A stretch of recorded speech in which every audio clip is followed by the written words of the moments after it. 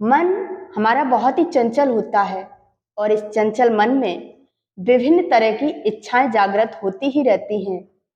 अगर हम इन इच्छाओं के वशीभूत हो जाते हैं और इन इच्छाओं को पूरा करने के लिए हर संभव प्रयास करने लगते हैं, तो निश्चित तौर पर एक न एक दिन हम इन इच्छाओं के दास बन जाते हैं और ये इच्छाएं हमसे मनमाना कार्य कराने लगती हैं। जैसे कि आपने देखा होगा कि जब व्यक्ति इच्छाओं के वशीभूत हो जाता है, तो उस इच्छा की पूर्ति के लिए खून खराबा तक कर देता है। भाई भाई में दुश्मनी पैदा कर देती हैं ये इच्छाएं। तो इन इच्छाओं पर नियंत्रण रखना बहुत जरूरी है। जैसे कि मैं आपको एक कहानी सुनाती हूँ।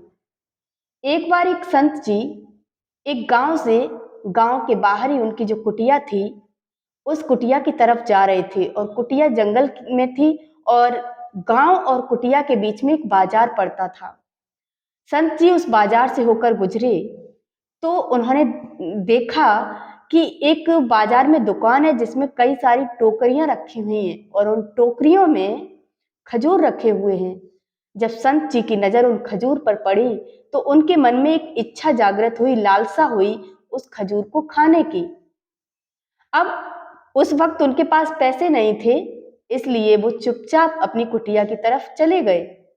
अब शाम को जब कुटिया पर पहुंचे तो उन्हें रात भर नींद नहीं आई। उनके मन में वही विचार बार बार चल रहे थे कि खजूर को खाना है, खजूर खाने का मन कर रहा था बार बार। सुबह उठते ही उन्होंने सोचा कि खजूर खाने के लिए हमारे पास पैसे तो हैं नहीं। तो उन्होंने क्या किया कि उन्होंने सोचा कि हम ये सूखी लकड़ियों को बीन करके और इन्हें बेच देंगे और इनसे जो पैसा अर्जित होगा उससे हम खजूर ले लेंगे। और ये सोच करके वो जंगल में जाते हैं। जंगल में जाकर के वो सूखी लकड़ियों को बीनते हैं और बीनकर एक गट्ठर बना लेते हैं बड़ा भारी सा। वो सोचते हैं कि अब इन लकड़ियों को बेच करके वो अच्छे से पैसे ले लेंगे, अर्जित कर लेंगे। अब वो उन जो लकड़ियों का गट्ठर था, उन लकड़ियों को अपने कंधे पर रखते हैं। बोझ बहुत होता है लेकिन उसके बावजूद भी वो उन लकड़ियों को लेकर जंगल की तरफ चल देते हैं।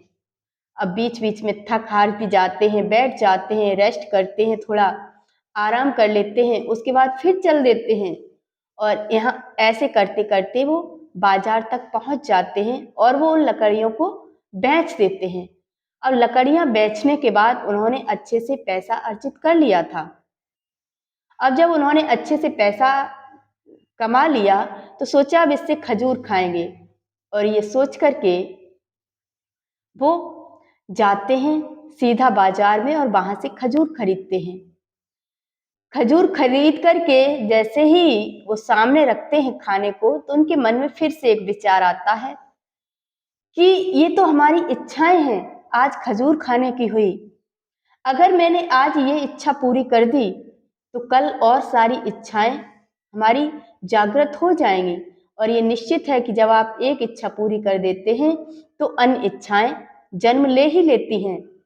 तो उन्होंने भी ऐसे ही सोचा कि आज मेरी खजूर खाने की इच्छा हुई, कल नए कपड़े पहनने की होगी, उसके बाद फिर अच्छे घर की होगी, पत्नी की भी हो सकती, बच्चों की भी हो सकती है, फिर तो मैं इन इच्छाओं के वशीभूत हो जाऊंगा। और ये सोच करके और उन्होंने फिर से निश्चय किया कि अब ये खजूर वो नहीं खाएंगे, क्योंकि उन्हें अपनी इच्छाओं का दास नहीं बनना है। तो वो क्या करते हैं, देखते हैं सामने एक गरीब व्यक्ति आ रहा है, उसको वो सारे खजूर दे देते हैं। अब वो खजूर लेकर के वो गरीब व्यक्ति बड़ा खुश हो जाता है, उसकी दुआएं भी संत को मिल जाती हैं और इस तरीके से वो इच्छाओं का दास बनने से भी बच जाते हैं। तो इस कहानी का यही उद्देश्य है जो कि हमें अपनी इच्छाओं के वशीभूत नहीं होना है।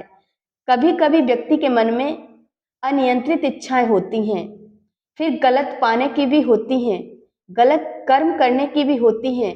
अगर आपने एक बार गलत किया तो वो इच्छाएं अनियंत्रित होकर के आपको अपना दास बना करके आपसे गलत कर्म भी करा लेती हैं। इसलिए इच्छाओं के कभी भी वशीभूत मत होइए।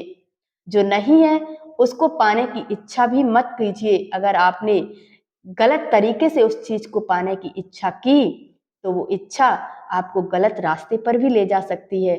और अगर गलत रास्ते से बचना है तो इच्छाओं को अनियंत्रित नहीं होने देना है।